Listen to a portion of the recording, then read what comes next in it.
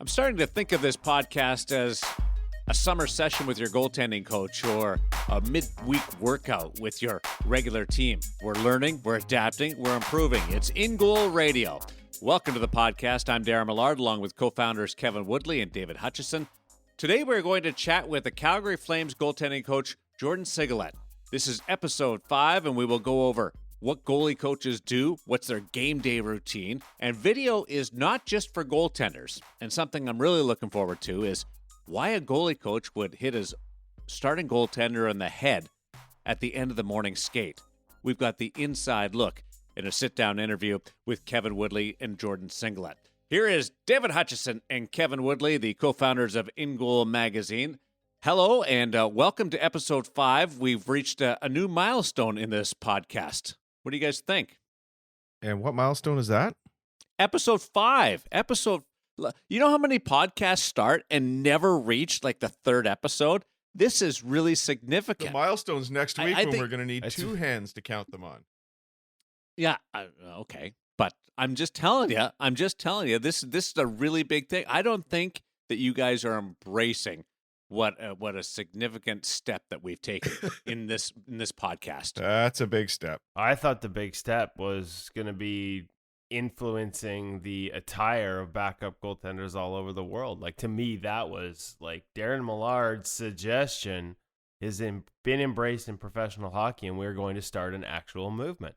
Okay, so are you guys okay if I take a moment and just expand on something and maybe give myself a bit of a pat in the back? So just sit back and enjoy this, because a couple of weeks ago, Mike McKenna, the Belleville, Ottawa Senator, Vancouver Canuck, Philadelphia Flyer, and now a member of the Phantoms, was with us, and we talked about his wild season so far and his background as a goaltender, an American coming out of the St. Louis minor hockey organization.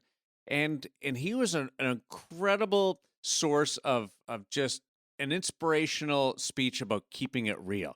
And at the end of the interview, I just tossed something out because he's an old school guy. He can go almost to any direction. I said, you know what? Whatever happened to the backup goaltender towel? And I threw that out to him. And this is Mike's reaction. We got to bring back the towel for the backup goalies, Mike. I know how to do that too. I'm old enough I can remember that one. You wrap it around the back.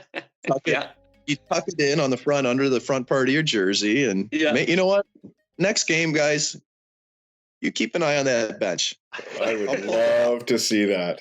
That's awesome. I had the other day in warm-ups, I had a friend there, like my econ, the goalie guy.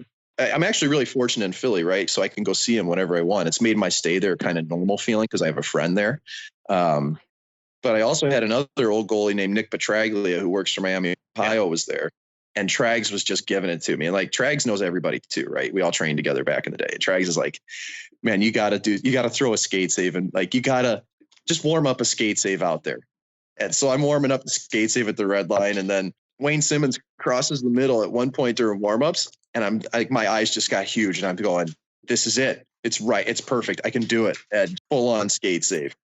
And like, I walk out of the building to the guest passes afterwards, and Petraglia has just got a massive grin on his face because I told him to be there in warmups. Like, yeah. So did Simmons say anything, or did anybody hoot and holler, or like, what the hell is that? Oh, they were giggling, you know, and it's got to be the right scenario, right? Like, he wasn't coming in and ripping a shot. He was just kind of walking across the front of the net. Yeah. But if you line 10 pucks up at the blue line and tell the guy to keep it on the ice, I can kick him to the corner like no tomorrow. Like, I used to do 2 days of skate saves at goalie camp until I was 13 years old, you know, and I haven't made one in a game in 25 years or whatever, but it's just so ingrained in your muscle memory. You don't forget how to do it.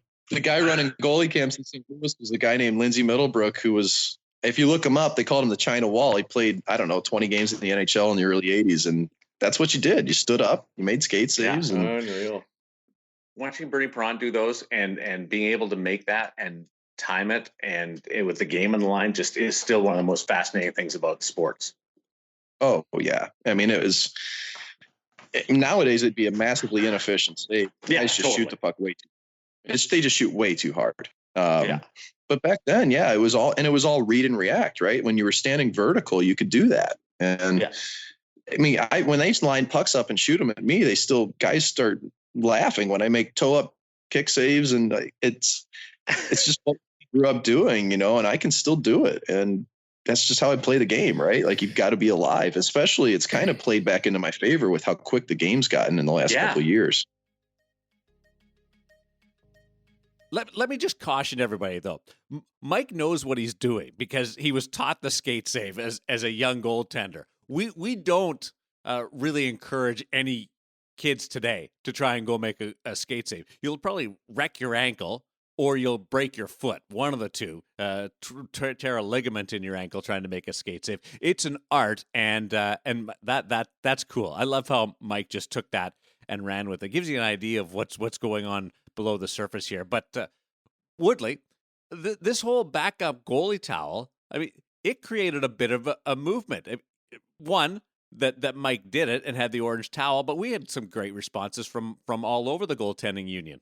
Yeah, absolutely. And then I don't know if the next night, somebody tossed Andrei Vasilevsky. He was backing up Louis Domingue in Tampa Bay. Somebody tossed him a towel and they caught it on the bench, and he kind of awkwardly threw it back at whoever was tossing it to him. But I smelled backup goalie towel there. I thought, if he'd had a session with Mike, if he'd seen what Mike did and learned how to apply this art, this technique, this new is old again, whatever goaltending technique, he would have rolled that baby up and had it over his neck for the rest of the game. So we're not there yet, but the movement has started. We've infiltrated pro hockey. Next step is the National Hockey League. And the irony is Mike's in Lehigh Valley on a conditioning stint. I can tell you right now, the plan was before that conditioning stint, before Stolarz got healthy enough to play, Mike was going to break this baby out with the Flyers in the NHL. So it started, Darren, and for sure, get the back patting machine out, little self-tapping on the back there. Well done.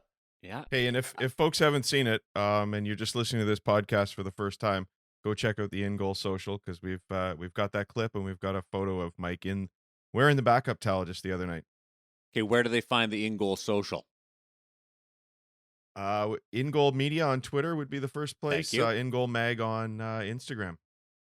It's the old television trick. You got to let them know. You got to lead the horse to water. Okay, like you said, we're learning, Coach. We're learning. We're doing it. Yeah, InGoal backup goalie towels would be awesome. I'm just wondering, truthfully, the two of you, and we'll start with you, Hutch. How many players do you think really noticed that Mike was wearing the towel, or is it just? A few guys probably thought he looked a little strange, but I'll bet you nobody noticed what was going on. I'm not sure many goaltenders in the union would notice unless you're 40 plus. Actually, Mike texted me after that night, guys, and there was a fair bit of odd looks, he said, from guys who were way too young to even know what it was. But it also generated a little bit of buzz within the team, and a lot of guys were laughing and chuckling and having a really good time with it, whether it had to be explained to them or whether they recognized it right away. I think, you get into the trainers, usually older guys, right? They probably knew exactly what it was. And, speaking of InGoal social media and having fun, I smell a segue. I smell a segue, because if you check out InGoal Mag's social media feed this week, we had a clip of Mike Smith, and it was, I think what did we label it? Mike Smith chucking sauce. And it was, Smitty handles the puck as well as anyone in the league. And so he was basically trying to shoot at an empty net and getting a nice high arc on it. And it was at the end of a long practice, and it was just him having fun, and he's trying to hit the empty net, and man, he almost hits the scoreboard. So I took a little video and threw it up on Instagram. And some people have decided that this would be a really great jumping off point to show how bad a season he's had, and that he doesn't understand puck handling, that puck handling is moving the puck, he's a turnover machine, and that shooting at an empty net isn't puck handling. Well, unfortunately, the person that decided to call this out, a former NHL goalie coach who doesn't have the comments open on his own social media channel, so you can't reply to correct him, had no way of knowing, and maybe that's on us, of explaining that Mike was out there for 45 minutes after everyone else was off the ice with a couple of healthy scratches, helping them go through their bag skate and providing a target at the end of the drills they were being forced to skate through. He also was out there before and after practice working with Jordan Sigalet, who we happen to have on this this broadcast, working on some RVH integration, some post play, some transitions off the, like he was doing the work. And that this was basically him having, hey, what do you know? Fun in the NHL, something we've heard from guys as high up as Marc-Andre Fleury, in between the reps while the bag skate guys were down on one knee catching their breaths. So listen. This was pure screw around time. Absolutely. And we happened to, that's about the time, I was surprised I don't often get to capture this because I'm in the room. I'd already had a 10, 12-minute conversation with Dave Riddich, already been in on the coaches press conference or scrum to get my morning skate stuff done. I popped my head back out and was surprised to see 37-year-old Mike Smith still out there working with these guys and not off early. So I think if you're going to do that, if you're going to serve that role, a little bit of fun helps, and let's not lose sight of that, guys. How close did he come to hitting the scoreboard? Oh, so close.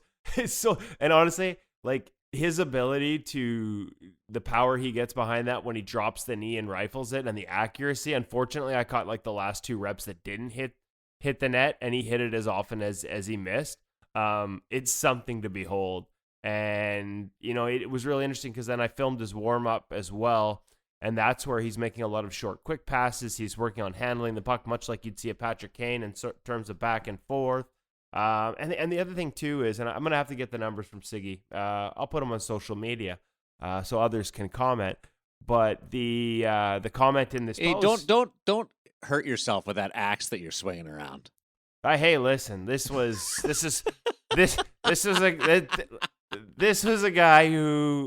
guy taking shots not only, I would say, at the goalie, but at the goalie coach, without any clue of the work that had gone in that day. So, yeah, I've got a bit of an axe to grind here. I'm not especially happy. This is also a guy with a reputation of taking pot shots in the comment sections all over the place on goalie media that has his comments off. So we're going to tell a little truth. And, listen, I've seen the numbers on the positive impact on possession that Mike Smith has every time he goes out and touches it. So the claims in that post about turnovers, and leading the league in turnovers. Guess who else leads the league in turnovers? Erik Karlsson among defensemen. Guys who have the puck, guys who make plays. And the Flames know how to measure this, and their measurements are all positive impact on possession, and that's what matters in today's game. Might not have mattered 10 years ago, the last time this guy was in the league, but it matters now. Hold on. When you have the puck and you have as many touches as Smith does, you turnovers are going to be elevated. It's percentage of turnovers, and that's the kind of thing that really will give you an indication. But it's like Cujo and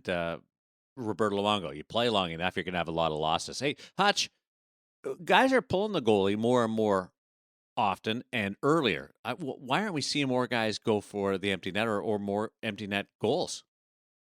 I keep waiting for it. I think we're all shocked by that, aren't we? You'd think there'd be so many more opportunities for guys to be shooting at the other net. I wonder if it's the fact that teams have more in their strategy book. They're icing the puck a whole lot more, and the individual players are taking shots at the net a lot more. Used to be you had to carry it out and try and get it over center to prevent the icing, and now guys aren't so scared of taking an icing call. I wonder if that might be part of it, but that's just a guess. Oh, it's coming, boys. It's coming. I talked to goalies about this for a story for our weekly column, and my favorite was Alex Stalock.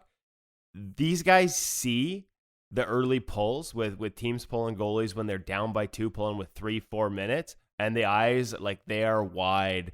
There is a little bit of hesitation. Down by 2 is, goalies aren't going to go for it unless they've got a 2-goal lead. They don't want to turn the puck over and create the tying goal. But as one guy said to me, hey, a 2-goal lead with 5 minutes left, if you cause a goal then, you've given them a spark for the rest of the game, and it might be just as bad as the tying goal. So that's part of it. But I mean, Alex Stalock actually said, I'm thinking of having an empty net goal stick made up so that when they pull, when they pull the guy, I'm going to go grab a stick with a little bit of a toe curve so I can raise it over that first wave of forecheckers and get it down the ice. So let me tell you, this early pull habit around the NHL, the goalies have noticed, and there's an empty netter coming. I think all of us, including the NHL guys, are surprised it hasn't happened already. I'm with you on the empty net goal stick. Why wouldn't you have one? That's a great angle. If Ovi can have his power play stick, Alex Stalock figures he can have his empty net goal stick. Darn right. When you were at the practice watching Mike Smith do his thing, you were there for a reason, not just to grab the interview and then get yourself into into a little back and forth on social. You were there to chat with David, Big Save Dave, and then do a feature interview with the goaltending coach of the Calgary Flames. Here's Kevin Woodley at Flames Morning Skate. All right, little sit down with Calgary Flames goaltender coach Jordan Sigalet on a game day here in Vancouver. What's that like for you, actually? Let's start with that. Like, what is a day in the life of a goalie coach? I mean, we're here almost 3 hours before your team skates. Walk us through what your day's like. Yeah, it's always a little different on the road than it is at home. On the road, we get here around 8 a.m. At home, you're at the rink around 6 a.m. every day. So a lot of prep work to do, a lot of stuff to get ready for your goalies to see, show them what they're going to expect in the game from, power play tendencies, shooter tendencies, shootouts. Every goalie's different what they want to see, but there's a lot of prep that goes into it, especially when you're seeing the same team 4 times a year and you haven't played them in a little bit. So what things change from the last time you played them, and just getting them confident and ready to play the game. How much video, like you said, I know it depends on each guy, but how much time would you spend on video, say on an off day versus a game day with these guys? How much of it is them? How much of it is opponent?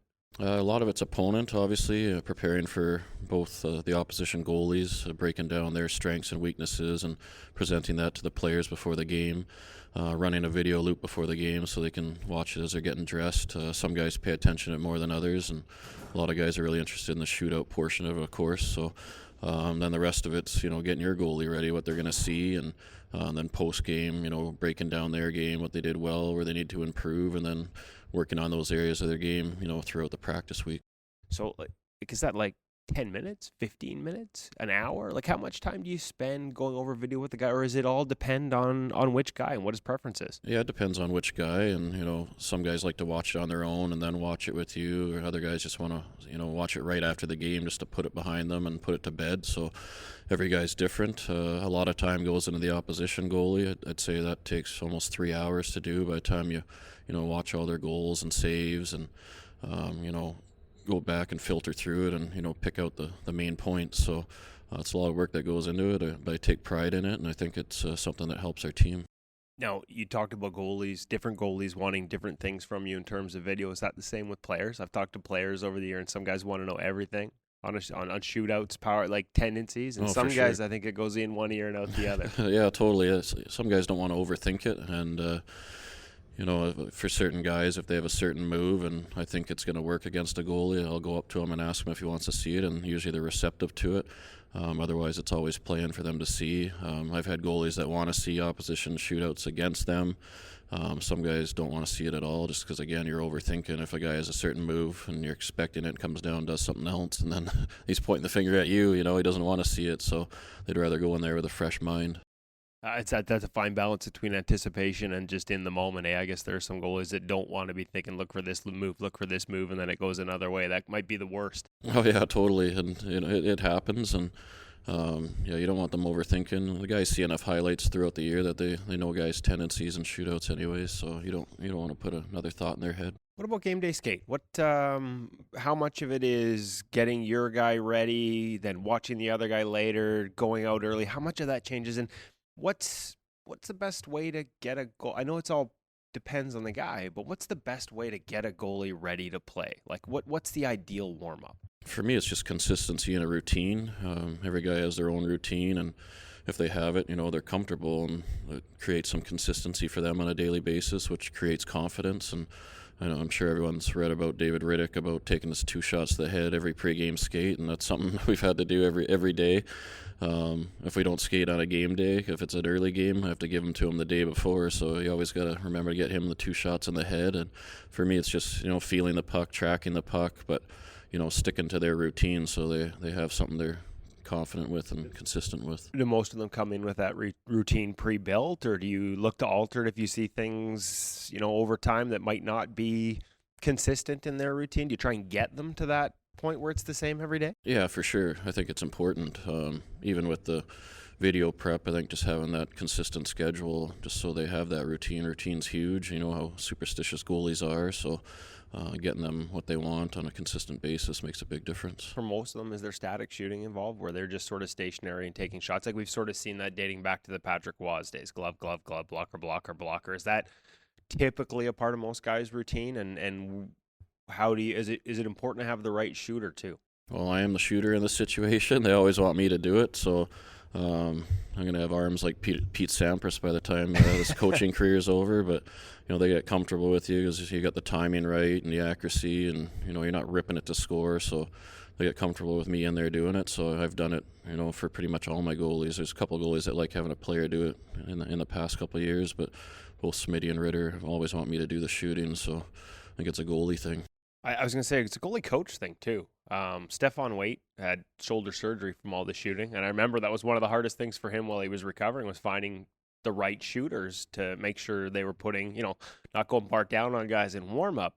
Are goalie coaches maybe the best shooters on the team sometimes? Like, you guys have to be able to shoot. How'd you weren't a player. How'd you develop that? I'm never going to be a Dustin Schwartz. If you've ever seen that guy's hands and shot, he shoots better than some of our players, but like when I first started out, it was pretty intimidating because you weren't very accurate. You couldn't shoot very hard, but I guess just like a player growing up, you learn, and you learn the timing and the accuracy. And I remember a couple of years ago when Brian Elliott was here, he wanted a player to do it, and no joke, like the first player I had, one of the shots hits him in the head. So I tried someone the next day again, shot to the head. So finally he's like, "Yeah, you're doing it." So about 10 games in, I was doing it the rest of the year, and it never changed after that. And now with David Rittich, you're actually trying to hit him in the head. You mentioned this already, but I think for those the uninitiated who don't know that story, walk us through that, how it came to that, and the first time he showed up here and you realized you had to plunk him in the head twice. Yeah, when he started out in Stockton and he got called up, I called Colin Zulianello, our development coach, and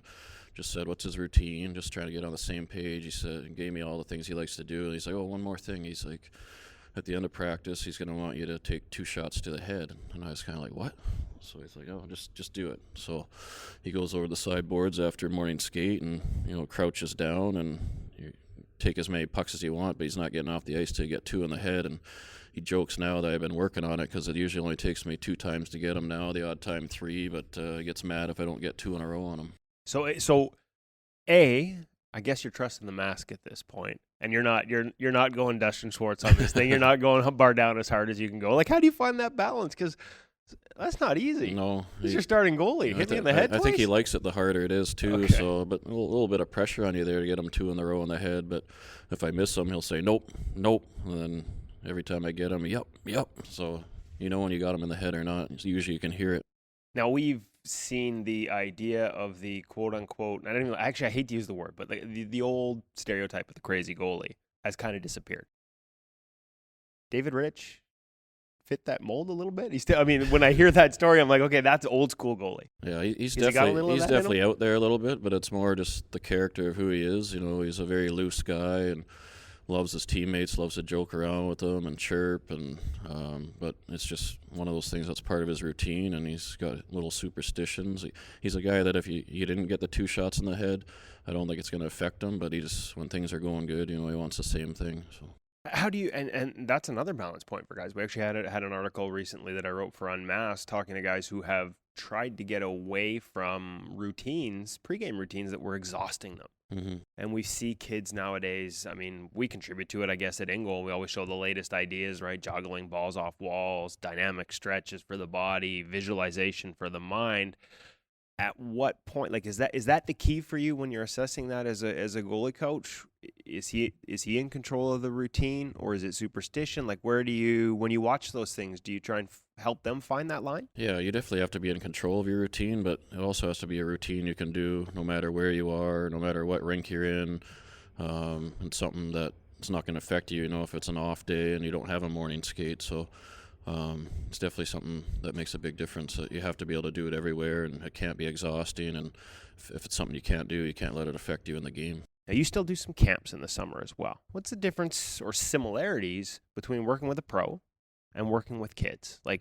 And which one, at times, do you enjoy more? Because I'm guessing at the pro level, there's probably an element in season of, I think a lot of people think, oh, these guys are rebuilding their games. But it really, a lot of times, especially with the little practice that you guys have, it's more about maintenance, no? Yeah, especially in the West. People don't know if you play in the East to the West. It's a lot of travel. It's a lot of off days. You have your 4 mandatory off days.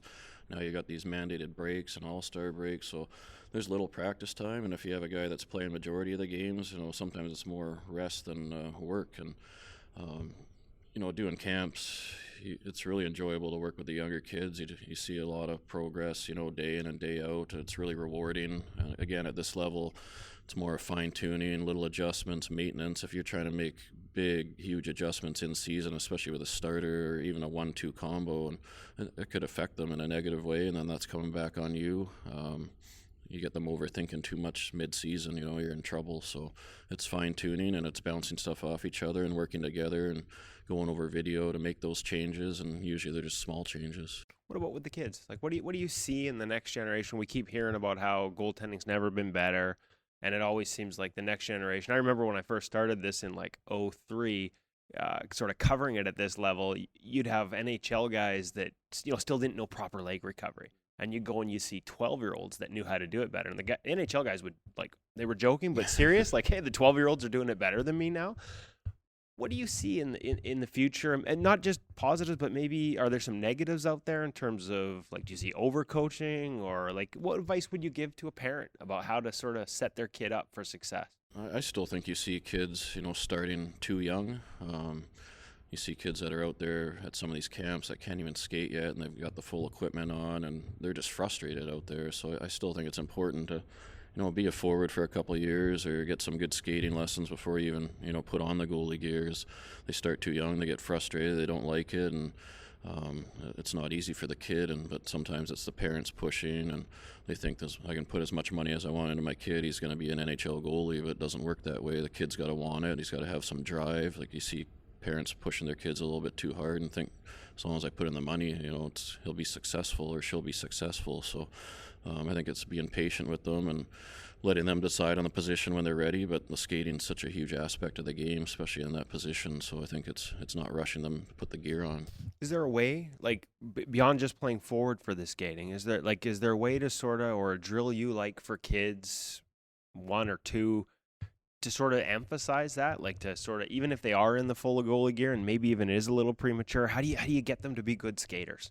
Well, I think edges are so important nowadays in the game. I mean, you watch even Riddick with us, and you watch Vasilevsky, guys like that, how well they can move and how good they are on their edges. You go to a lot of goalie camps, and right away they're just getting into shots, and I think the skating and edge control is so important, and it's been a huge focus of a lot of goalie coaches now. It's if you can move on your edges, you can keep up with the play. It's a fast game now, and especially not just on your feet but down in your recovery, and so you're not lunging, reaching for pucks. So I think the goalies hate it at a young age, skating, but when we do our camps in the summer, we have an hour that's all skating before we even get into pucks in the second hour. And as much as it's hard to go through, I think it's beneficial, and it makes you a better goalie down the road. We talked about game day routine. Obviously, we're here on a game day with Jordan Sigalet, goalie coach for the Calgary Flames. You're about to head onto the ice with David Rittich and Mike Smith. We talked about warming up the hands and sort of static shooting. What kind of things do you do to sort of get those edges engaged on a game day for your goaltenders, for both of them? Usually both guys, they have their own little routine when they get on the ice for their edges. They'll do some stuff in the neutral zone and across the lines, just, feeling their inside and outside edges, a little bit of movement while they're down. On the road's always harder because the home team's on the ice first. Our coach is good. They've always been good in the past of, just take 5-10 minutes you need. Let me know when you're ready. We'll get practice going. So they'll usually warm up their edges on their own, then get their hands going from me, just get a feel tracking the puck, and then we'll get into morning skate. And when it's over, it's 2 shots to the head for David, and then and Smitty will stay on for a little bit, do some stuff with the extra guys, and then a couple drills with myself just to keep them sharp. So when we talk about that edge work, we're talking crease movement patterns type of thing, or we see goalies often just sort of at the side boards, just sort of back and forth and moving on their skates, moving on their feet, moving on their knees as well. Is that pretty much what you mean by that? Yeah, just different transition stuff, whether it's counter transitions, going back against the grain, just stuff they'll see in the game where they can stay in control and compact and just good on their edges. Now, I think a lot of people know your story and know how you arrived to here as a goalie coach, but not everybody does. So let's walk back. Let's rewind it a little bit. first of all, like, this is home for you, or at least the suburbs of Vancouver. When did you start playing goal? Like, what drew you to the position? Because I know you had brothers that played, but not in goal. Yeah, no, my older brother started playing hockey. He's a chiropractor now here in the Lower Mainland, and I wanted to follow his footsteps, so I wanted to be a hockey player. I didn't know at that point I wanted to be goalie, but when you're young and rotating through the position and you first put on that gear, I was like most kids, you fall in love with the mask and the gear, even though it was the brown deer hair DNRs back then. I still thought it was pretty cool, so you'd play road hockey every day. You'd play, ball hockey with your hands. I don't think we had mini sticks back then. You were playing with your hands, so it's funny you tell your kids now that that's how you played, and they just look at you with like you have three heads, but you used what you could back then. And when I first put on the gear, I loved it, and I wasn't great when I started out. I started playing goalie in Adam, and played Adam B my first year, and second year I played Adam A, and it was kind of always that way. I'd play Pee Wee B, then Pee Wee A, Bantam B, Bantam A. Like, always had to work for it and try and move up. And then after Bantam, there was no major midget back when I played, so after Bantam I went to Junior B and played 2 years Junior B in the Lower Mainland, finishing up with the Delta Ice Hawks in Delta, and then I signed with the Victoria Salsa back in the BCHL, so that was pretty special for me at that point. My goal was, if I can just get a scholarship and have my school paid for, that would be awesome. Save my parents a bunch of money, get an education to fall back on, at the same time play hockey. And my last year in the BCHL, we went on to win the BCHL title, and I was drafted by the Boston Bruins, which was, dream come true. It's your dream as a little kid to make it to the NHL, but so by being drafted, just gave you another goal to reach for. And when I was done playing at Bowling Green, went on to sign with Boston and played 3 years in their organization, then went over and played half a season in the second league in Russia, which was quite the experience, and then left halfway through the year there to play in Vienna in the Austrian league. And it was hard after that. I was thinking about going back to Europe, and then had a coaching opportunity come up with the Everett Silvertips in the WHL, so after some long talks and that, I thought it'd be a great opportunity, and took that opportunity, and led me into my coaching career. Now, the one thing I didn't ask you about in terms of working with David and working with Mike, but also I think this goes back to the days when I first met you working with the Abbotsford Heat. Different goalies, different style of goalies. I mean, you've got two very unique guys here in Smith and Rittich. You had three very unique guys when I first met you back in Abbotsford, including one Barry Brust, Danny Taylor, Leylander Irving, like three guys who played the game completely differently. How do you manage that as a goalie coach when the styles are so dissimilar? Yeah, I don't think you could have three different ones there in Abbotsford. Barry, anyone that's seen Barry plays know how erratic he is, but how smart he is, and he's still making a great career for himself over in the KHL just because of his ability to read plays and battle and compete. And three different guys, but you just have to work to each one's strengths. I'm not a believer that you should make every guy play the same way. You got to work to their strengths, and but it's hard to do, especially when you have three. But you find ways to do it and keep each guy sharp, playing the way that they like to play. Is that a matter, do you learn on your own how you think they like, or is it just communication? Like, do you build that, hey, this is what I like, this is how I approach this situation? And we heard from Billy last week, Billy Ranford, in our last one, where to him it wasn't about making a guy fit a certain way, it was about making sure he was consistent in his way. Is that a good way of summing it up? Yeah, no, that's a perfect way to sum it up. And usually when I get a new goalie, I'll give him a little map of the ice with like where he likes to be with depth in a certain situation, how he likes to play his post play, if the puck's below the goal line, above the goal line, from the dot down, and just kind of a roadmap of his positional play. So you both see it, and when you're watching the game and you see something different than what he wrote down and told you, you can kind of you can see where it varies and go to him and be like, usually you like to play here in this situation, you're deeper than you like to be, or you usually use a reverse here when it's below the goal line, you're on your feet. So just a little roadmap for each guy, just so you can keep them consistent in the way they like to play the game.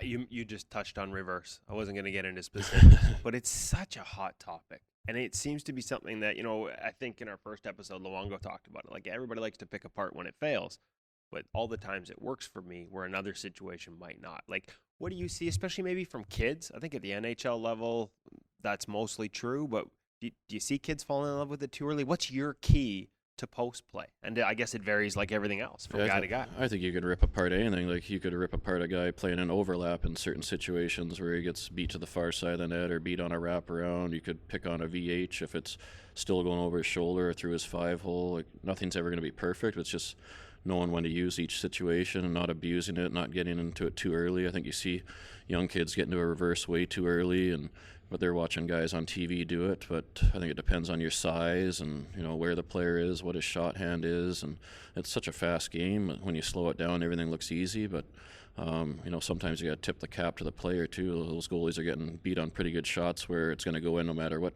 save selection they're using on their posts. So anytime you slow anything down, you can make anything look bad in my mind. Well, yeah, no doubt. The game looks real easy from up in the press box for those of us who are asked to slow it down. How much of your time when you're doing a pre-scout is dedicated to how a guy handles post play? I saw a chart recently where there was actually a higher shooting percentage from below the goal line than from the points in the NHL. I can't remember if it was last year or over the course of a couple of years, but there's a reason pucks go in from down there. No, for sure. And even a couple of goals this year, we've had one from Crosby on his backhand, pretty much from the goal line. Kane had one on David this year, and they're shots where you're impressed after, and the coach always says, like, what'd you think of that goal? And I always kind of say, bad goal, good shot, or tip the cap. Like it looks bad, but sometimes those players are making pretty good plays too. They study the goalies and they know how much room's there, and it's usually not very much, but they're elite enough at this level that they can pick those spots. Okay, I wanted to go back to playing a little bit. Bowling Green. First off, you played with a legend in his own mind, Kane Van Gate. So I think KVG takes a lot of crap as the legend of beer league hockey now over his actual true talent. But he was on that team, was he not? As one of the I don't know. Do we want to out him as the third goalie? But he was there. Yeah, he was there. The legend is the he was legend a walk true? On. When you said legend, I thought you were going to say Kevin Bieksa, because that's another guy that thinks he's a legend too that I played with. So, Kane Van Gate was there, and he's a character guy and still is if you follow him on any of his social media. So he's an awesome guy, and wish I got to spend more time with him there. Bowling Green was where a lot of things changed for you with the diagnosis of multiple sclerosis. Easy for me to say. Jeez, good job, Kev. Walk us through what that was like. Like how it's a part of your life now. You live with it, but it couldn't have been an easy part there. Like, how do you view it now, looking back, that transition, everything you went through, and then as a pro? Because I think you managed it, but there was probably, if we're honest, the teams were probably scared of it. You probably could have kept playing. Oh, for sure. It was my junior year at Bowling Green.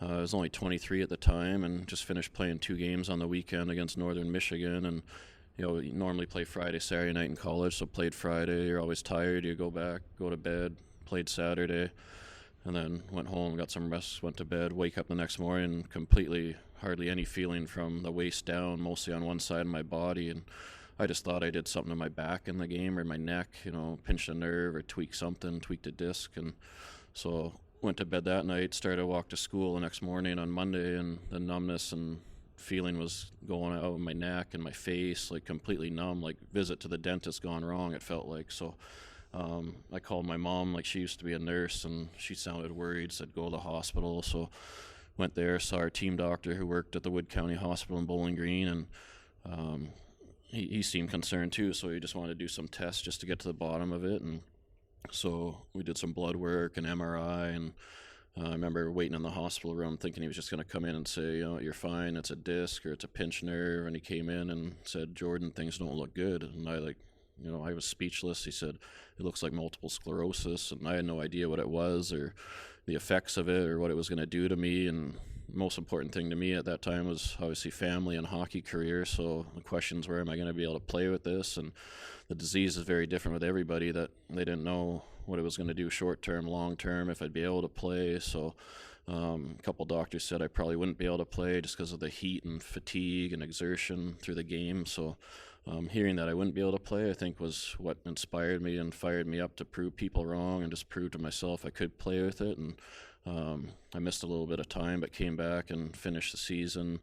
Went back and played my senior year, had one of the best years I had in my college career, and even though Boston was a little bit worried, probably they ended up signing me, despite the diagnosis, to 3 separate 1-year deals. In my last year in Providence, I actually had an incident on the ice where I collapsed and lost feeling in my legs and couldn't walk for about a month. And I did end up coming back to finish that season in Providence after missing about a month or month and a half. But after that, there's definitely a red flag on me.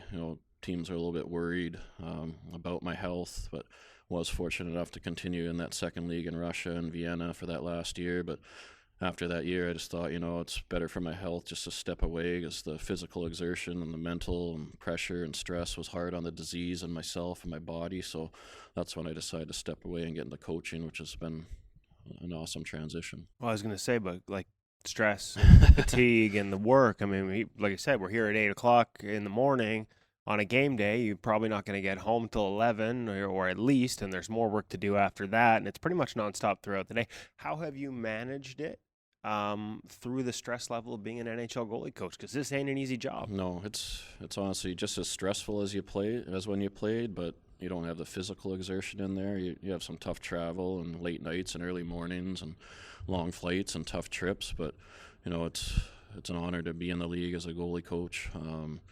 And you just appreciate every day, like especially after being diagnosed, after was to get on the ice and play, and now it's to, be part of an NHL organization in the Calgary Flames, who've been awesome and given me a chance, first in the AHL and now in the NHL. So I manage it no different than when I played, not too high, not too low. The same thing you tell your goalies all the time, after big wins, don't get too high. It's a roller coaster of a year, and you just have to find that even line, that even keel, and stick with it. And I think you have to be the same person no matter how good things are going or how bad things are going. As if goalies see you getting too high or too low after wins and losses, I think that can rub off on them sometimes too.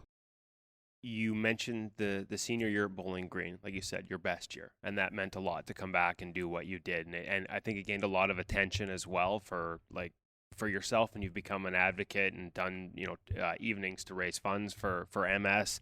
What did you mentioned Providence for those 3 years, but there is a Boston Bruins appearance on the Hockey DB. I know it wasn't a start. I know it wasn't, maybe what you wanted as a career, but what looking back, what does that mean to you, that you got those 20 minutes? Yeah, it was, I wouldn't say 20, it was about 46 seconds. So, okay, my bad.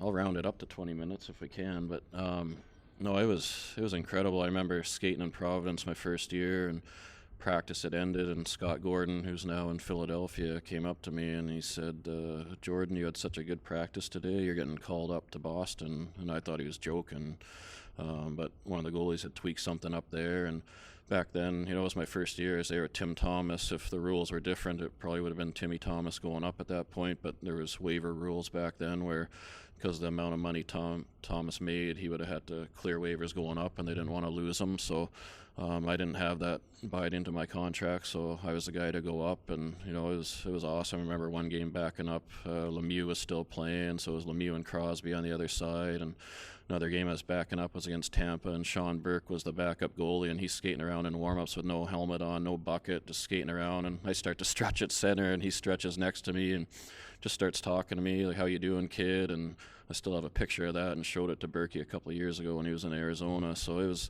a childhood dream come true. And then the one game I was backing up, it was that one against Tampa.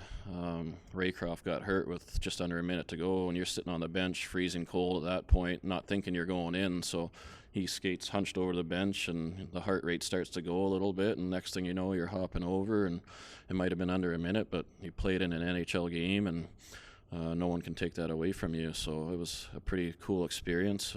Backed up 10 or 11 games overall, and something no one can take away from me. And not just to be out there, but to be out there despite having that MS diagnosis and being told you might not ever be able to play hockey again, and now you're on an NHL ice sheet. So pretty awesome experience, and something I'll always look back on. You're a guy that others have called. I think of Josh Harding when he went through it. You've been there as sort of a voice for some of those guys that have gone through it since. Like I said, an advocate, a fundraiser. Walk us through what you've got going each year with the charity fundraiser, and how anybody else can get involved if they want to, take part or help out.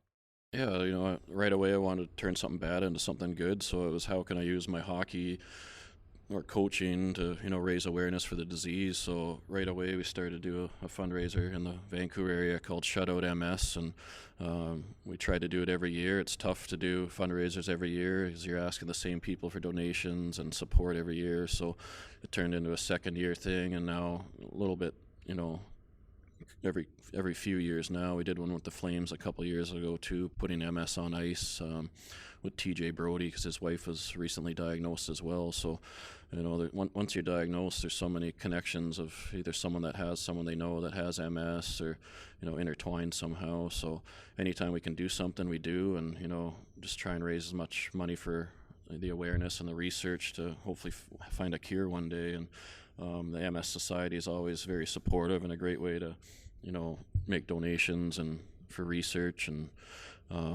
so anything anyone can do to help always makes a big difference in people's lives. I've been lucky enough to continue to play for a bit, coach for a bit. There's other people that aren't that lucky that need a lot more support. So perfect. Siggy, thank you very much for taking the time to join us today. Yeah, thanks for having me. Hey, Woodley, do you guys hypnotize these goalie coaches when you sit down with them? You get them talking, and they're so natural, and they almost tell you everything. You got to teach me your ways. No, they don't tell us everything. That happens after I turn the tape recorder off. The secret sauce happens after I turn the tape recorder off. So, but you know what I find that this is when you're able to speak their language. That's been a big thing for me. Back when I first started covering goalies, I was at 10 years as just a regular writer. Covering the NHL before Ian Clark kind of introduced me through Goalie News and his magazine. And I started to learn their language and learn what they were trying to do out there. And then when you're able to speak their language, there's more people now, but back then especially, like nobody did that. Nobody talked to them in goalie speak. And it opened up new worlds for me as a reporter and as a person, just be able to have different conversations about the actual sort of nuances and some of the specifics of the game. And I think for the goalie coaches, a little bit of the same. Like, I don't think a lot of people know just how much of a grind this job is. They're not complaining. They're in the NHL. But some of them have, gotten a little worn by it. Like a lot of the, Jordan's not one of them. He seems to, despite having a myriad of coaches, I think his personality allows him to just get along with everyone. But, for some guys, this job has become too much a fight with their head coach about whose fault goals is. Like, there are organizations where that happens. I've heard of situations where the goalie coach was manhandled by the head coach, physically grabbed. The stress and the pressure and the hours, not just getting their goalie ready and arguing over what's a bad goal and what's not, but the pre-scout on the other team, and Siggy talked about it there, the amount of hours you have to put in to make sure you're breaking down the other goalie and giving your team the best sort of ways to beat him, the best knowledge. Man, it's a ton of work, and there are long days. And again, they're in the NHL, so they don't want to complain. But for a job that's become disposable for a lot of organizations as well, it's not always, it's not always fun. Put it that way. And if you're one of the guys trying to work his way up and you're a development coach, an American League coach, they're going to leverage you in a lot of ways. So aside from all of those things that Kevin just mentioned for the NHL coaches, the younger guys also have scouting trips on the road quite frequently. They quite often double up as the video coach for the teams, so they're breaking down stuff far beyond the goaltenders. It's a tough road. I talked to one head coach who said that this is going back a couple of years, but he would always go to his goalie coach and say, "What happened?" And the goalie coach would say, "It was tipped." And the head coach would come back with, "Does every puck that's tipped have to go in the net, or can you stop one puck that's tipped?" Like it was that kind of back and forth, and there was some laughter. That was more tongue in cheek about it. But Woodley, I was surprised when you talked to Jordan how much work he does without the goalies that's not directed towards his two goaltenders. Yeah, I know. I mean, pre-scout of the other guy is a massive part of the job now. And I think years like this one where you have a lot of new names in the league, I think we're up to close to 90 goaltenders have played so far in the NHL. It was 83 last I checked, but it seems to me there's been a few new names, but it'll probably end up around 90, usually does. It's the new guys, especially when they're having success, like Carter Hart, like Jordan Binnington, like Colin Delia. They create a lot of work for these guys because they don't have a ton of tape on them. So they got to go start from scratch to build these pre-scouts, at least with the guys they've seen year over year. There's a foundation of knowledge, but of course that changes, right? Like look at Jacob Markstrom. My breakdown, my pre-scout on Jacob Markstrom this year would be totally different than in years past in terms of how he plays, his stance, how it affects his mobility, and how you can attack that based on those observations. And not every NHL player wants that. You know, Siggy talked about the shootout. Just as some goalies don't want to know what might be coming, they want to just approach it organically and not have any preconceived notions that could cause them to cheat. Some shooters want all the information you can give them. Some just gloss it over. They're going to do what they're going to do. But as the goalie coach, you're responsible to sort of have it already. And like, I'm not going to, I got to be careful naming names. But the ability to break down a goaltender in a playoff series 2 years ago in the first round, I know for a fact there were some weird looking goals on a certain goaltender. And I happen to know for a fact that those were based on the pre-scout of this goaltending coach identifying a habit that left exposure for these sort of odd looking goals to go in. And they scored 4 goals in the series, including a game winner and a game tying goal early by exploiting this tendency before the other goalie coach recognized what was going on and corrected the habit on his goaltender, on the fly. So imagine the value of goals in a playoff series, especially tying and winning goals to a team. And now you know the value of a goalie or a goalie coach who can really break down the opposition and provide a pre-scout with value. Hutch, I just always hear that you just want to get the guy moving side to side. That's all I hear on how you want to get a guy to get Amateur high glove. So we and shoot high glove, right? That's the scouting report. Scouting report on this guy is wait till he goes down and shoot high glove. Far side pad. Yeah. Far side pad. So we have listener questions, and this was a big hit when we introduced it earlier in episode 4, and this has blossomed into more and more feedback to InGoal Radio and InGoal Mag. And one of the questions comes in the form of an older gentleman, a more experienced goaltender.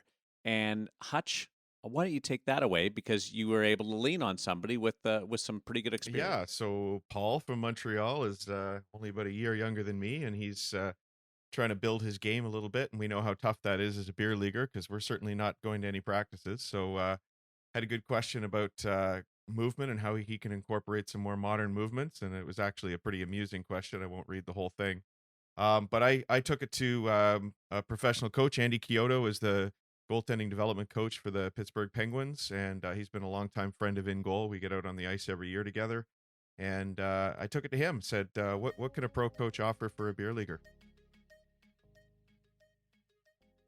You can come up with a 5-minute routine in that warm-up period just before the game that encompasses the 2 or 3 things you want to work on and nail it. So for example, maybe it's a little bit of movement. You can work on some lateral movement. Maybe it's something on your post where you can work on your post technique, or even get into your butterfly and do some recoveries on the ice, but build something that you can nail in 3 to 5 minutes and you can do as a warm-up. So that means 2 times a week before the game starts, you're getting 10 minutes total of work on 2 or 3 points that you want to work on. You can also do things at home if you don't mind being a little bit of a hockey geek. Yeah. You can kind of sit in your living room and sit in your butterfly, and you can mimic making saves. You can actually put your stick in your hand in your butterfly and practice tracking, for example. You can practice leaning forward into a puck with your glove, getting that glove in front of you. Picture yourself making that save, head over the puck. Same thing with the blocker.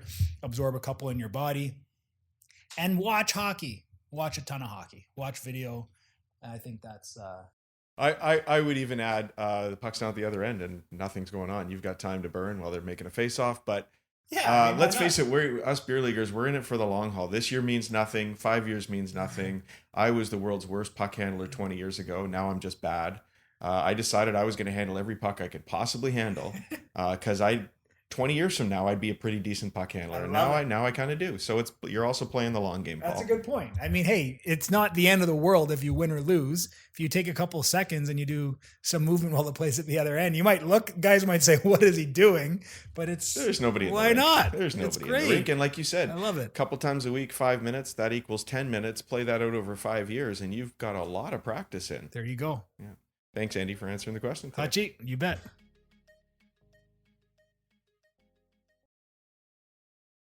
There's some cool advice there. There's some cool things from Andy, and you're right. He is a great guy. I remember watching him at St. Mike's when he was playing major junior. But Hutch, here's my thing in beer league, I'm afraid of looking like that cool guy when the puck's at the other end and I'm doing all these cool things, these different things warming up. Like I don't want to be that guy. So. Yeah, but if anybody's in the stands watching a bunch of beer leaguers, they're probably laughing at us. So you might as well just have a little fun with it. And don't try and be cool. Just realize you look like a goof and go with it. Or would you do that, Woodley? Not look like a goof, but would you do some different things while the puck's at the other end? Or what's your little routine? I'm going to be honest with you. The puck's never at the other end behind my beer league team. I think over the past month, we did the math and we've been outshot something like 225 to 90. Okay, who keeps shots in beer league? Hey, yeah. Kevin's counting in his head. No, he's not counting in his head. The league. This is the episode where the league he plays in counts shots. We keep This is stats. the episode where Kevin fault. makes friends. And listen, I have to. It's not my fault if I happen to see the shot chart at the end of the night and it says 40 every night. Listen, but I will say that for me, good movement starts with good rotation into those pushes and making sure I sort of start from the top down. And some of the new things I've learned, and I found them really hard to groove versus leading with my legs and opening up into my pushes, which I know sort of will strand me and not create the type of rotation I want. So how do I groove that in a game?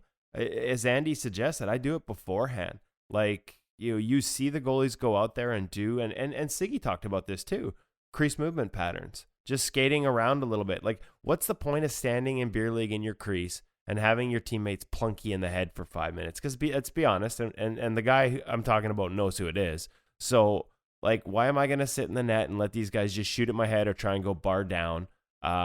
I'll take 5 minutes, I'll go to the boards, and I'll work on movements, because I find that establishing that sort of movement pattern, what I think is the ideal movement pattern in terms of the way I trigger my movements and make those slides, if I do that for a couple of minutes before the game starts versus just taking a bunch of static shots, I think that's probably going to help me continue to do that when the game starts. The reality is it doesn't. I just flop and flail, fall on my belly, and kick my feet.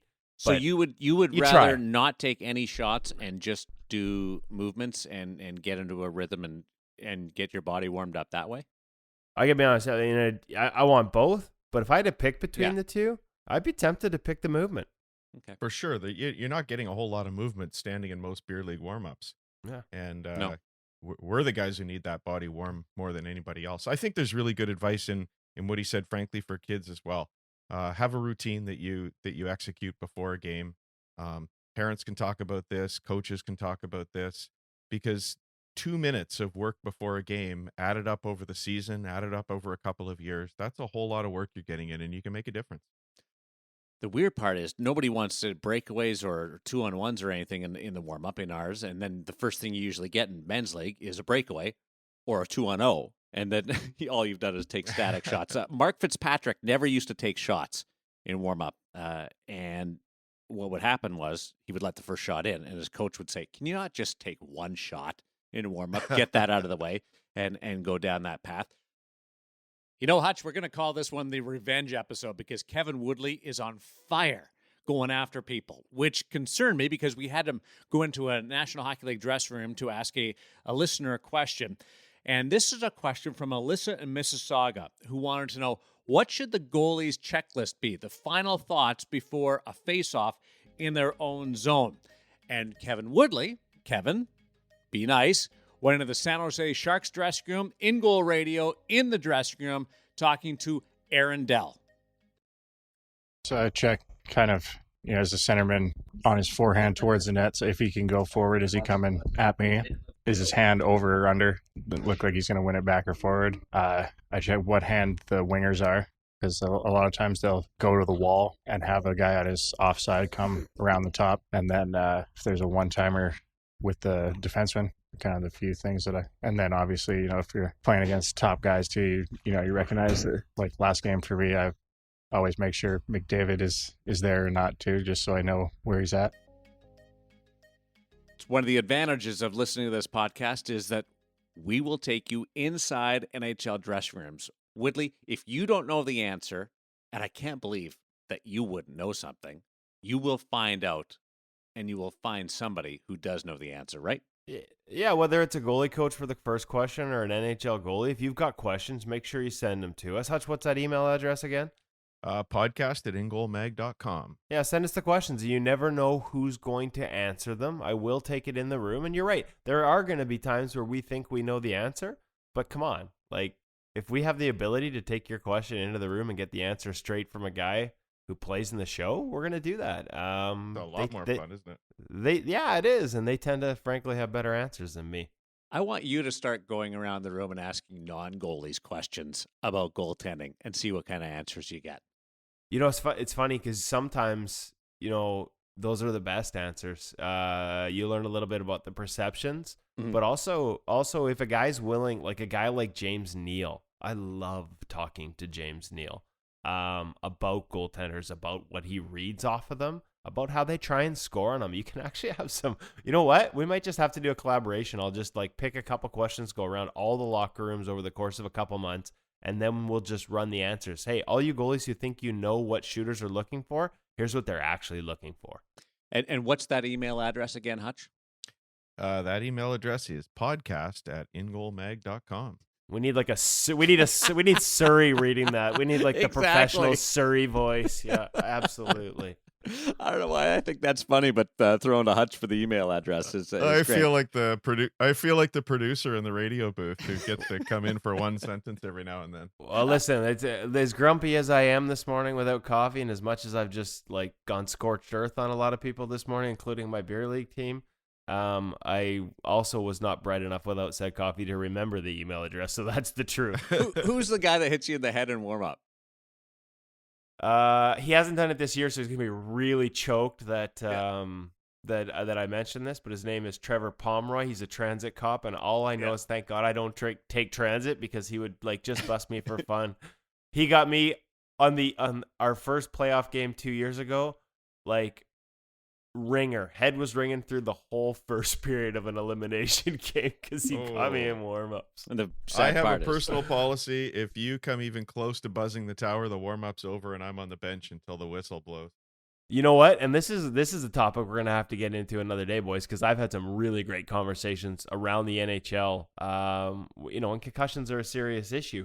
And a lot of them are self-inflicted by teammates. But I've had a lot of conversations with, Braden Holtby. How did he get Alex Ovechkin to still shoot hard but stop almost killing him? This is a legit problem. Guys are getting smoked 3-4 times in the NHL. Guess what? Ed Belfour and Ron Hextall didn't have that issue. Nobody shot near and their that's heads. and Holtby went a little, and this is part of the thing is if they're not going to respect, you got to earn that respect. And Holtby went out and earned it. Let's just put it that way. Quick comment talking about scorched earth. So we'll go into being really hot right now.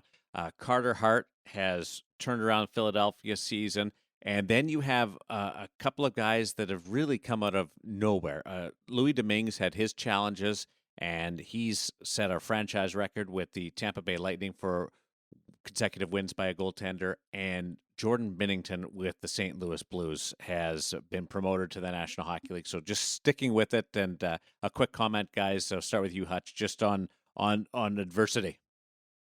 Isn't it fun that it's we're seeing some new blood in the game succeeding, but in three very different ways? Carter Hart has taken the fast track route in Philadelphia.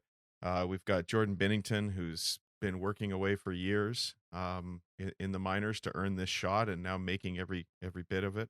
And then, Kevin, you've got a good story on Louis Domingue as well, and how his route's been a little bit circuitous as well. I mean, it's been well told that, Arizona basically told him to go away after that rough start to the season a couple of years ago. At one point, he was renting his own ice to try and stay sharp before they facilitated the deal to the Lightning. And yeah, no, now he's the backup to one of the best in the league in Andrei Vasilevsky, but that means you don't play very often. And so for him to have a 10-game winning streak, despite going long gaps between starts and setting a franchise record, passing Vasilevsky with 10 straight wins, like, good on him for embracing it the right way and finding a way to sort of get through it and get better. And, Carter Hart, I've had a lot of questions about him. I do some weekly radio hits and some work in other markets, and he's been a hot topic. I just think, the success he's having, he would have told you he was ready for. He did tell me he was ready for, late last season when he was still in the WHL. There's a foundation in his game technically and mentally that just, it screams pro. And he's been preparing for this for a long time. He's worked with John Stevenson, who is most famous probably for being Braden Holtby's sports psychologist or mental performance coach. He's worked with him since he was 12 or 13. Like, he is ready for this. The physical maturity is probably better than a lot of people think in terms of the work he's put in off the ice. The work he's put in technically, like, he very much believes in the way he plays and that it can succeed at this level. A guy like Binnington, I don't know what's clicked for him. I know he's worked with Andy Chiodo in the summers. He's worked with Dave Rogalski, who was hired as the St. Louis Blues American Hockey League goaltending coach. We see kids, sometimes I think the late bloomer or goalies take longer thing.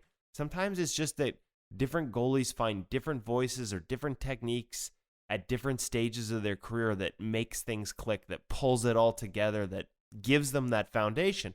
Carter Hart's got that foundation at 20. I don't expect it to change. There's the other thing, too, that there's a strong belief that guys that spend a lot of time in the American Hockey League and get called up, where it's just easier in the National Hockey League because there's more structure, and that's where they had their success. I don't know whether there's anything to that. We can explore it in a future episode. But let me just say that a lot of goalies have talked about the NHL being an easier game because it's easier reads, and the way Carter moves, the efficiency with which he moves, I think it is easier for him in the NHL versus the AHL, which it's not the rodeo it used to be in the AHL in terms of hooking and holding, but there's a lot more mistakes. There's a lot more broken plays. And as a goaltender, when you can count on guys being where they're supposed to be and doing what they're supposed to do, that makes our lives a lot easier. And the Louis Domingue thing in Arizona, I mean, I haven't talked to him about it, but it was a real struggle there. I don't fault Arizona for what happened there. Like, they had to part ways. No, good on them for turning it around and getting things going in the right direction. See, that was me being politically correct and giving Arizona credit without sewering Louis Domingue, which is something that I'm going to teach you, Woodley, about just being a little more diplomatic. If we're going to go full scorched earth, should we talk about that? We better not. No, we're not going to talk about the Columbus Blue Jackets today, are we? I'm just saying we're gonna work on our diplomacy. Hutch and I, that's our plan for Woodley. Thanks for doing this. We don't want it to be in goal, not in the room, Kevin. In goal, waiting outside gate 4. I only rip the guys that haven't been in the room in a long time. Thank you, Woodley, and thank you, Hutch. We will remind everybody, get your backup goalie towel, wrap it around your neck, stay warm, be ready, and make sure you step up when you have your chance to shine. This has been a presentation of InGoal Magazine and InGoal Radio, the podcast.